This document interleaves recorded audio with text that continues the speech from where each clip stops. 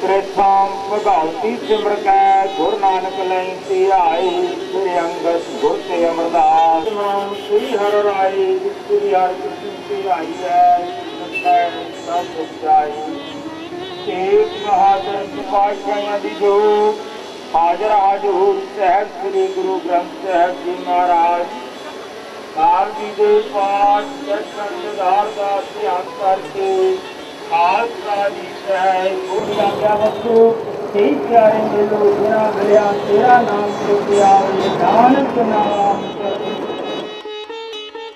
थोड़ा रीबन थले कर चलो बोले मनजीत सिंह भाई कन्हैया जी मिस सोसाइटी के चेयरमैन कम बैगर जो कि गुरु की किरपा सदका 15 साल तो भाई कन्हैया जी मिस सोसाइटी का एक पेशेंट तो आरंभ किया गया सी जो टीबी का मरीज़ सी ताकि वह इलाज करवा सकीए। उदों महसूस की भी ये 500 रुपया कुछ नहीं बनता, एक संस्था बनानी ही पैगी ये वास्ते लोड़वंद गरीब लाचार रोगियों को संभालिया जा सके। उदों गुरु की किरपा सदका 27 मई 1997 के माता कौला जी मिशन हस्पताल के भाई जोगिंदर सिंह तरवाड़ा जी की रहनुमाई हेठ 11 मैंबरी कमेटी का गुरु ग्रंथ साहब जी की हजूरी में अरदास करके गठन किया गया। उदों साडा निशाना सिर्फ यही सी भी असी 25,000 रुपया महीना इकट्ठा करके इलाज करना है। तो गुरु ने साढ़े ते तरस किया, संगतां ने साढ़े ते रहम किया, जो इस वेले लगभग 8-9 लाख रुपया हर महीने का साडा आमदन खर्च पहुँच चुका है। ये संगतां का सहयोग है, गुरु रामदास की रहमत है जो एक सी कार्य कर रही है। दास जो काम शुरू किया 11 मैंबर सन, और गुरु की किरपा सदका 80 मैंबर इस सोसाइटी के जिहड़े कि फ्री सेवा निभा रहे हैं, जिहदे विच 5 पैटर्न हैं, 4 एसोसिएटेड मैंबर ने, 10 साढ़े ऑफिस बीयर ने, 22 साढ़े एग्जैक्टिव बॉडी मैंबर ने, तो 24 साढ़े जनरल बॉडी मैंबर ने, तो 12 साढ़े एडवाइजरी मैंबर ने। और गुरु किरपा सदका ਸਾਰੇ ਬਹੁਤੇ ਰਿਟਾਇਰਡ ਪਰਸਨ ਹੀ ਹਨ। ਐਜ਼ ਏ ਟੀਮ ਵਰਕ ਅਸੀਂ ਸਾਰੇ ਕਰ ਰਹੇ ਹਾਂ।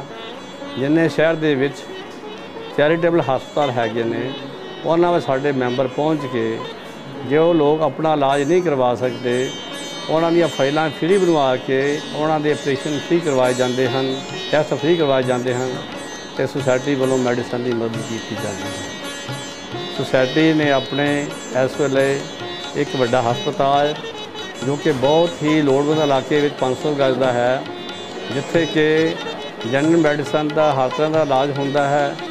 ਫਿਜ਼ੀਓਥੈਰੇਪੀ ਸੈਂਟਰ ਹੈ, ਗਾਇਨੀ ਦੇ ਡਾਕਟਰ ਸਾਹਿਬਾਨ ਉੱਥੇ ਬੈਠਦੇ ਹਨ, ਡੈਂਟਲ ਕੇਅਰ ਸੈਂਟਰ ਬਣਿਆ ਹੈ, ਸੈਰੀਜ਼ਨ ਦਾ ਹੈ ਤੇ ਹੋਰ ਵੀ ਹਰ ਤਰ੍ਹਾਂ ਦੀਆਂ ਸਹੂਲਤਾਂ ਉੱਥੇ ਮਿਲਦੀਆਂ ਹਨ। ਇਸੇ ਤਰ੍ਹਾਂ ਸੁਸਾਇਟੀ ਦੇ 2 ਡਿਸਪੈਂਸਰੀਆਂ ਹੋਰ ਹਨ। ਇੱਕ ਮਕਬੂਲਪੁਰੇ ਹੈ ਜਿਹੜਾ ਇੱਕ ਬੜਾ ਨੀਡੀ ਇਲਾਕਾ ਹੈ, ਉੱਥੇ ਹੈ ਇੱਕ ਨਿਊ ਪਵਨ ਨਗਰ ਜਿਹੜੀ ਕਿ ਡਿਸਪੈਂਸਰੀ ਗੁਰੂ ਕਿਰਪਾ ਸਦਕਾ 2011 ਦੇ ਵਿੱਚ ਆਰੰਭ ਕੀਤੀ ਗਈ ਸੀ। ਸਾਨੂੰ ਇੱਥੋਂ ਦੀ ਕੋਈ ਆਸ ਨਹੀਂ ਸੀ ਵੀ ਸਾਨੂੰ ਇੰਨੇ ਇੱਥੇ ਮਰੀਜ਼ ਮਿਲਣਗੇ। ਆਸ ਰੱਖ ਕੇ ਸੀ 40-50 ਮਰੀਜ਼ ਸਾਰ ਹੋਣਗੇ, ਪਰ ਗੁਰੂ ਦੀ ਰਹਿਮਤ ਸਦਕਾ ਇਸ ਵੇਲੇ 150-200 ਮਰੀਜ਼ ਇਸ ਵੇਲੇ ਰੋਜ਼ ਦੀ ਸੇਵਾ ਇੱਥੋਂ ਦਵਾਈਆਂ ਲੈ ਕੇ ਸੇਵਾ ਕਰਵਾ ਰਹੇ ਹਨ। ਡੈਂਟਲ ਕੇਅਰ ਦਾ ਵੀ ਬਹੁਤ ਅੱਛਾ ਰਿਸਪੌਂਸ ਹੈ। 30-32 ਮੈਂਬਰ ਪੇਸ਼ੈਂਟ ਰੋਜ਼ ਇੱਥੇ ਆਉਂਦੇ ਹਨ ਅਤੇ ਆਪਣਾ ਇਲਾਜ ਕਰਵਾਉਂਦੇ ਹਨ। ਇਹ ਸਾਰਾ ਸੰਗਤਾਂ ਦਾ ਸਹਿਯੋਗ ਅਤੇ ਸਾਡੇ ਮੈਂਬਰਾਂ ਦੀ ਚੰਗੀ ਸੁਚੱਜੀ ਰਹਿਨੁਮਾਈ ਸਦਕਾ ਹੀ ਇਹ ਸੁਸਾਇਟੀ ਇੱਥੇ ਤੱਕ ਪਹੁੰਚੀ ਹੈ।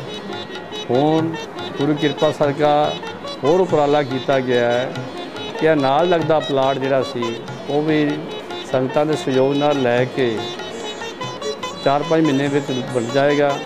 ਫਿਰ ਫਿਜ਼ੀਓਥੈਰੇਪੀ ਸੈਂਟਰ ਵੀ, ਆਈ ਕੇਅਰ ਸੈਂਟਰ ਵੀ ਸਾਰਾ ਇੱਥੇ ਖੋਲ੍ਹਣ ਦਾ ਉਪਰਾਲਾ ਕੀਤਾ ਜਾ ਰਿਹਾ ਹੈ। ਸੁਸਾਇਟੀ ਦਾ ਨਿਸ਼ਾਨਾ ਇਹ ਹੈ ਵੀ ਜਿੰਨੇ ਲੋੜਵੰਦ ਇਲਾਕੇ ਹਨ ਉਹਨਾਂ ਦੇ ਵਿੱਚ ਚੰਗੀ ਲੈਬੋਰਟਰੀਜ਼ ਖੋਲ੍ਹੀਆਂ ਜਾਣ ਤਾਂ ਕਿ ਇਸ ਵੇਲੇ ਸਿਹਤ ਵਜੋਂ ਲੈਬ ਦੀ ਬਹੁਤ ਲੋੜ ਹੈ, ਉਹ ਖੋਲ੍ਹਣ ਦਾ ਉਪਰਾਲਾ ਕੀਤਾ ਜਾ ਰਿਹਾ ਹੈ। ਜਿੰਨੇ ਵੀ ਹੋਰ ਚੈਰੀਟੇਬਲ ਹਸਪਤਾਲ ਉਹਨਾਂ ਨਾਲ ਜੋੜ ਕੇ ਅਸੀਂ ਵੱਧ ਤੋਂ ਵੱਧ ਹੋਰ ਸੇਵਾ ਨਿਭਾ ਸਕੀਏ। ਸੁਸਾਇਟੀ ਅੱਜ ਗੁਰੂ ਨੇ ਕਿਰਪਾ ਕੀਤੀ ਹੈ, ਇਸੇ ਇਲਾਕੇ ਵਿੱਚ ਸਾਡੇ ਸਤਿਕਾਰਤ ਮੈਂਬਰ ਜੋ ਸਾਡੇ ਕੋਲੋਂ ਵਿਛੜ ਚੁੱਕੇ ਹਨ, ਸਾਹਿਬ ਬਸੰਤ ਸਿੰਘ ਜੀ ਹੰਸਪਾਲ ਜਿਨ੍ਹਾਂ ਦੇ ਨਾਂ ਦੇ ਉੱਤੇ ਬਾਬਾ ਬਸੰਤ ਸਿੰਘ ਜੀ ਹੰਸਪਾਲ ਆਈ ਕੇਅਰ ਸੈਂਟਰ ਖੋਲ੍ਹਿਆ ਹੋਇਆ ਹੈ, ਉਹਨਾਂ ਵੱਲੋਂ ਅੱਜ ਰਾਜਾ ਜਸਬੀਰ ਸਿੰਘ ਹੰਸਪਾਲ ਜੀ ਦੀ ਰਹਿਨੁਮਾਈ ਹੇਠ ਅੱਖਾਂ ਦਾ ਕੈਂਪ ਲਗਾਇਆ ਜਾ ਰਿਹਾ ਹੈ। ਉਹ ਸੰਗਤਾਂ ਦਾ ਅਥਾਹ ਰਸ਼ ਹੈ। ਡਾਕਟਰ ਵੀ ਸਾਨੂੰ ਸਹਿਯੋਗ ਦੇ ਰਹੇ ਹਨ।